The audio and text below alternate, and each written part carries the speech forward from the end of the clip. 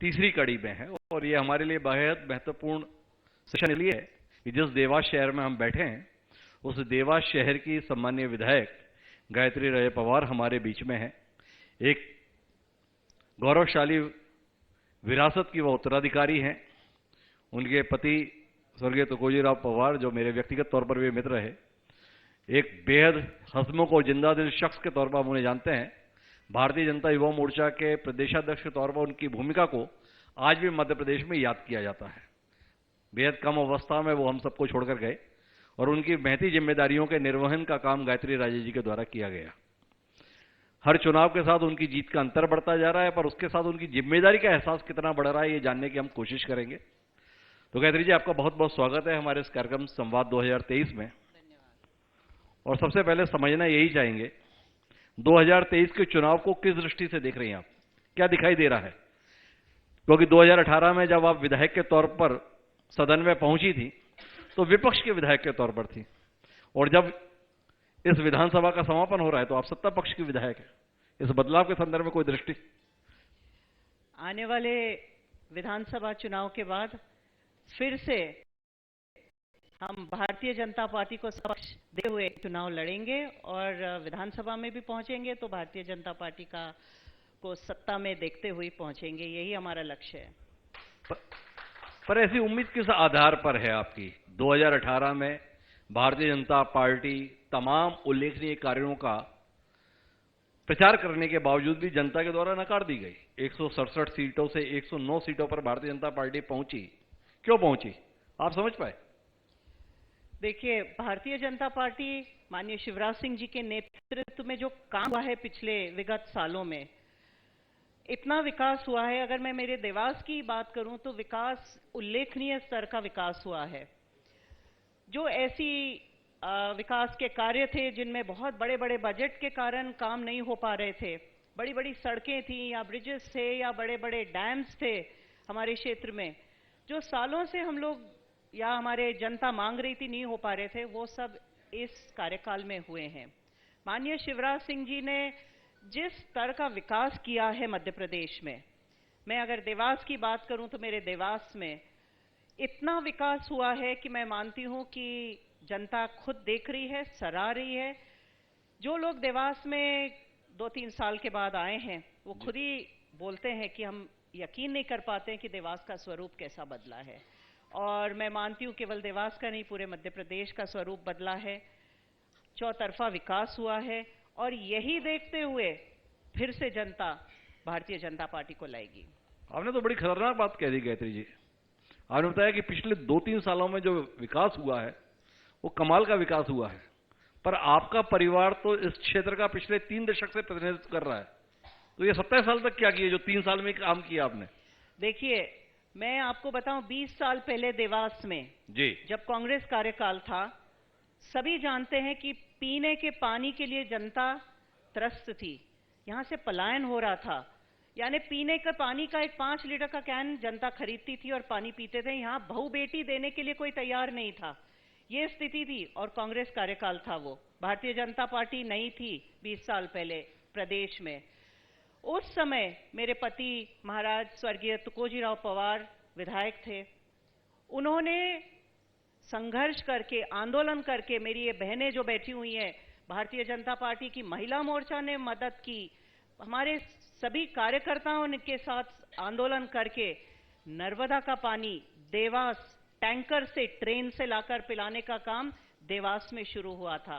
और आज मैं गर्व के साथ बोल सकती हूं कि ये 20 साल से सतत इसमें प्रयास जो महाराज साहब ने किए और उसके बाद मैंने किए हैं, शिवराज सिंह जी के नेतृत्व में नर्मदा का जल शिप्रा में आया है, शिप्रा पर डैम बना है, पाइपलाइन से शिप्रा से पानी देवास 450 किलोमीटर की लंबी पाइपलाइन पूरे शहर में बिछकर आज हमने घर घर में पानी पिलाने का काम किया है। अगर आप काम 30 साल का हिसाब दे सकती हूँ कि महाराज साहब ने क्या काम किया, कितना संघर्ष किया। विपक्ष में रहते हुए देवास को उन्होंने विकास के कोई भी आयाम से छोड़ा नहीं और जनता का विश्वास जीता उन्होंने। इसीलिए तो हर बार अग्नि परीक्षा में जीतते आए वो।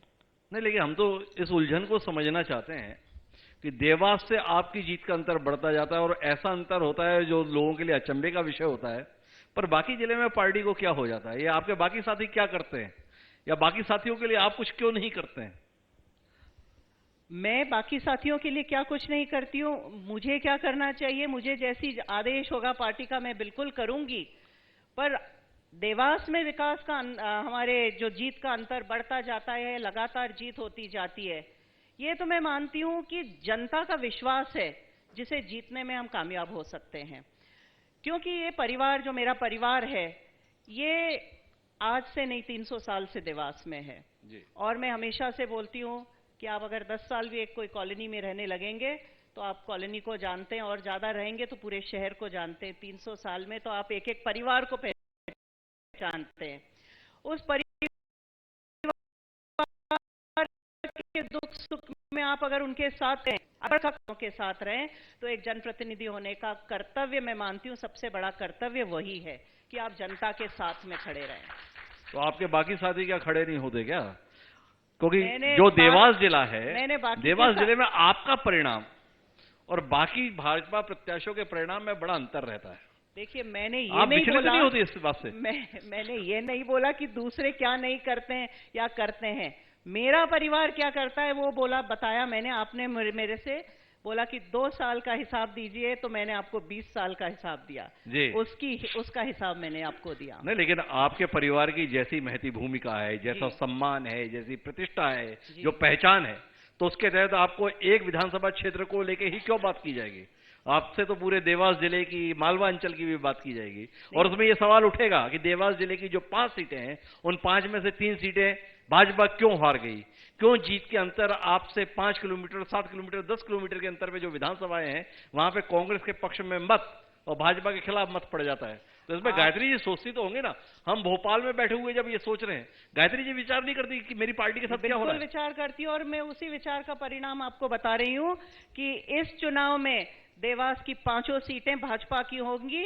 ये पूरी मेहनत हम भी करेंगे, पूरा एक उसका विजन प्लान बनकर तैयार है माननीय मुख्यमंत्री शिवराज सिंह जी के नेतृत्व में। ये पूरा भाजपा का परिवार संगठित होके लगेगा और आप रिजल्ट होने के बाद फिर हम बात करेंगे कि 5 सीटें भी देवास की तरह ही बेहतर अंतर के साथ हम जीतकर आपको दिखाएंगे। तो ऐसा क्या किया है आप लोगों ने रणनीति के तहत इस बार की 5 आप जीतने जा रही हैं?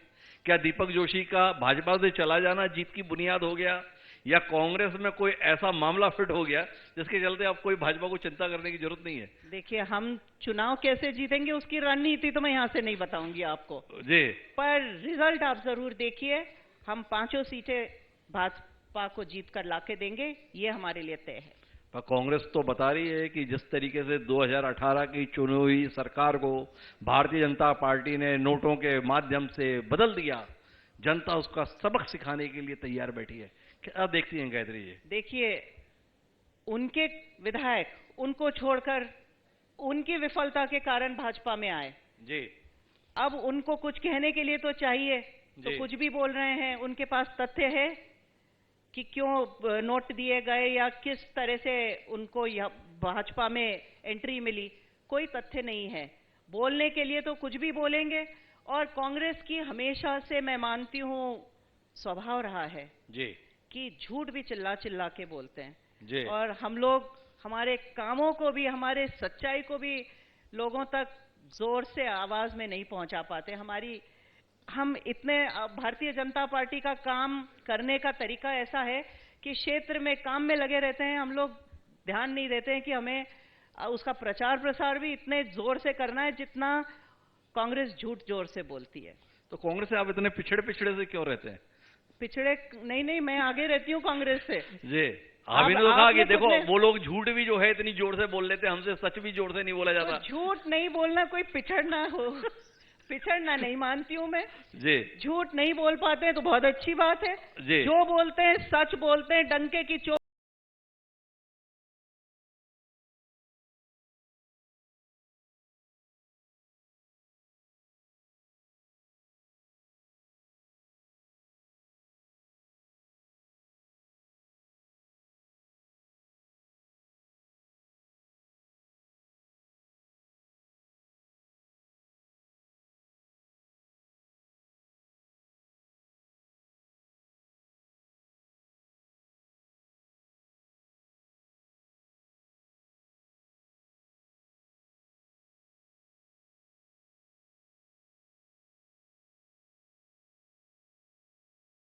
क्या इसके बावजूद भी 109 सीटें रह गई।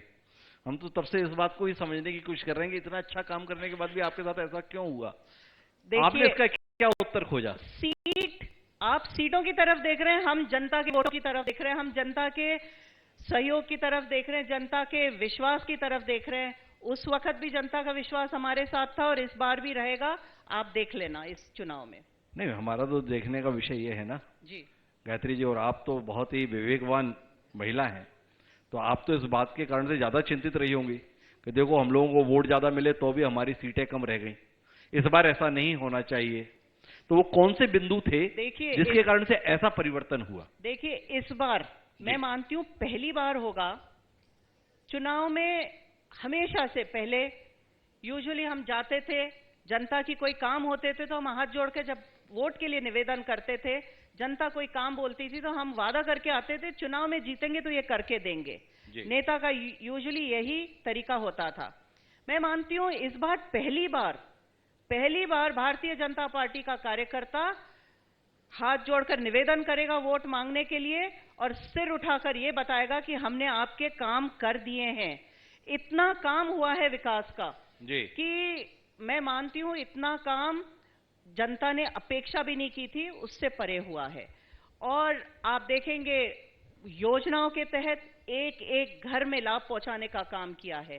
10,000 से ज्यादा परिवारों को हमने पक्की छत देने का काम किया है देवास में।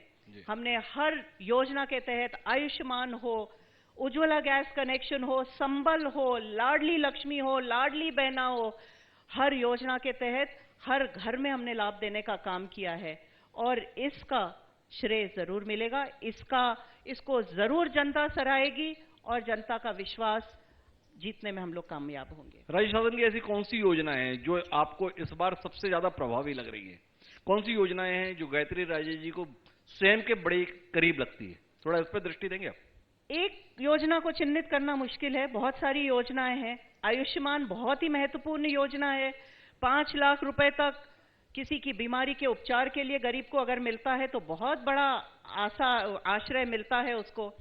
ऐसे ही लाडली बहना, मैं मानती हूं आज देवास में 44,000 लाडली बहना बनी हैं और इन 44,000 बहनों को घर बैठे 1,250 रुपए अगर मिल रहे हैं तो एक बहुत बड़ा काम ये सरकार कर रही है। उन बहनों को जिनको छोटी छोटी जरूरतों के लिए दूसरों के आगे हाथ फैलाने पड़ते थे, आज वो 1,250 रुपए लेके बच्चों के जूते खरीद सकती हैं, किताबें खरीद सकती हैं, खुद के लिए और कुछ नहीं तो खुद को खुशी देने के लिए चूड़ियां ही क्यों नहीं एक महिला खरीद सकती है। किसी के आगे हाथ फैलाने की जरूरत नहीं है। ये खुशी अगर किसी ने देने का काम किया है गरीब महिला को तो भारतीय जनता पार्टी की सरकार ने देने का काम किया है। भारतीय जनता पार्टी ने सबको खुशी देने का काम किया, आपके साथ इतनी ज्यादती क्यों की? जो सिंधिया जी के साथ आए पहली बार के विधायक उनको मंत्री बना दिया, जो हार गए उनको भी मंत्री का दर्जा दे दिया, और जो जनता के स्तर पर इतने विशाल जन समर्थन के साथ लगातार चुनकर आ रही हैं उन्हें महज माननीय विधायक तक सीमित रखा।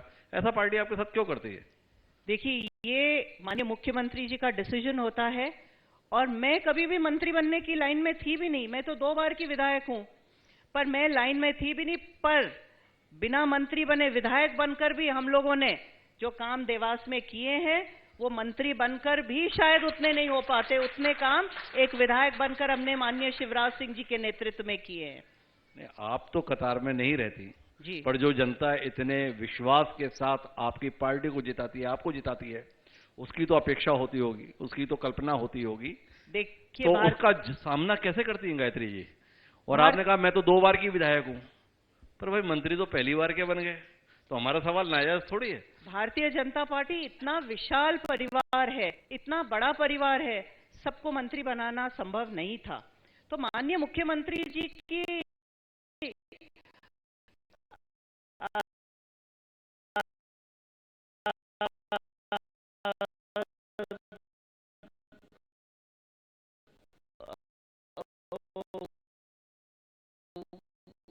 उनके जो कैबिनेट में जो शामिल है उनको उन्होंने करना बाकी है देवास के संदर्भ में। देखिए, बाकी तो कुछ नहीं है। पर इसका मतलब ये भी नहीं है कि काम नहीं करना है। हमें तो लाइन आगे खींचते जाना है, जैसे जैसी ज़रूरतें आएंगी वैसा काम करते जाना है। हमने ऐसे ऐसे काम किए हैं देवास में जिसके बारे में हमने कभी सोचा नहीं था कि देवास के लिए ज़रूरी है या संभव है, पर वो किए हैं इन 5 सालों में। तो अगले 5 सालों में भी ऐसा ही एक विजन बोर्ड हम जो बना के तैयार रखेंगे, उस विजन बोर्ड को कंप्लीट करने के लिए अगले 5 साल काम करेंगे हम। पर कोई काम जो इस कार्यकाल में आपके जहन में था कि हमें शुरू करना था, रह गया हो, या कोई काम शुरू किया जिसे पूर्णता देनी है, ऐसा कोई बिंदु जो आप इस मंच के माध्यम से लोगों के बीच साझा करना चाहें? दो एक काम है जो शुरू किए हैं, प्रस्तावित हैं, जी। उन्हें कंप्लीट करना है। एक रसूलपुर पे ओवरब्रिज है जी। उज्जैन चौराहे से लेकर नागुखेड़ी तक बड़ा सा रास्ता है, उसमें बीच में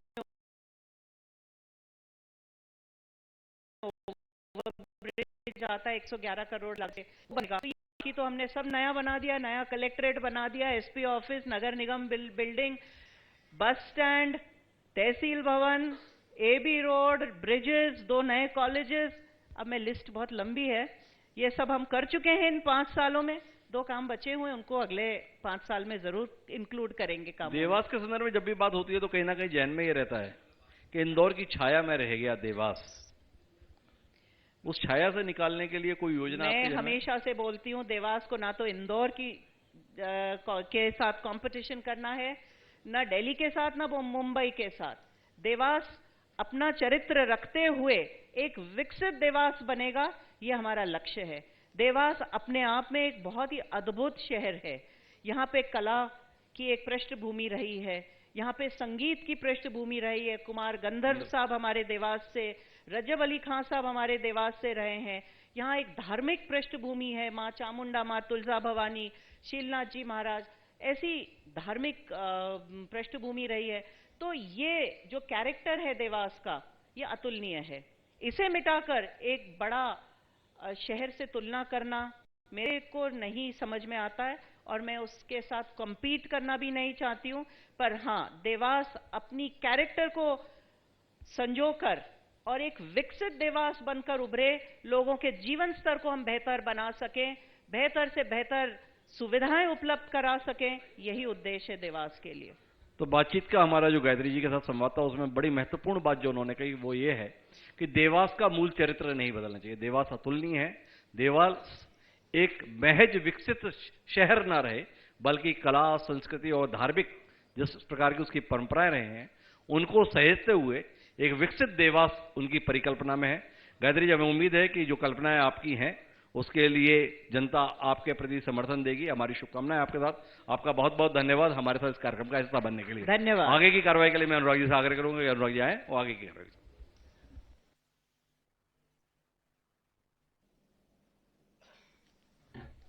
थैंक यू सर। और चूंकि ये जो सम्मान है जो आईएनएच हरिभूमि हर सेशन के बाद अपने अतिथियों को करता है, ये सम्मान दरअसल देवास का सम्मान है। और चूंकि अगर हम बात करें तो एक परिवार जो देवास की पहचान रहा है, और साथ में जनप्रतिनिधि के तौर पे भी गायत्री राजे परिवार जी लगातार जनता की सेवा कर रही हैं, तो आईएनएच हरिभूमि परिवार मोमेंटो और साज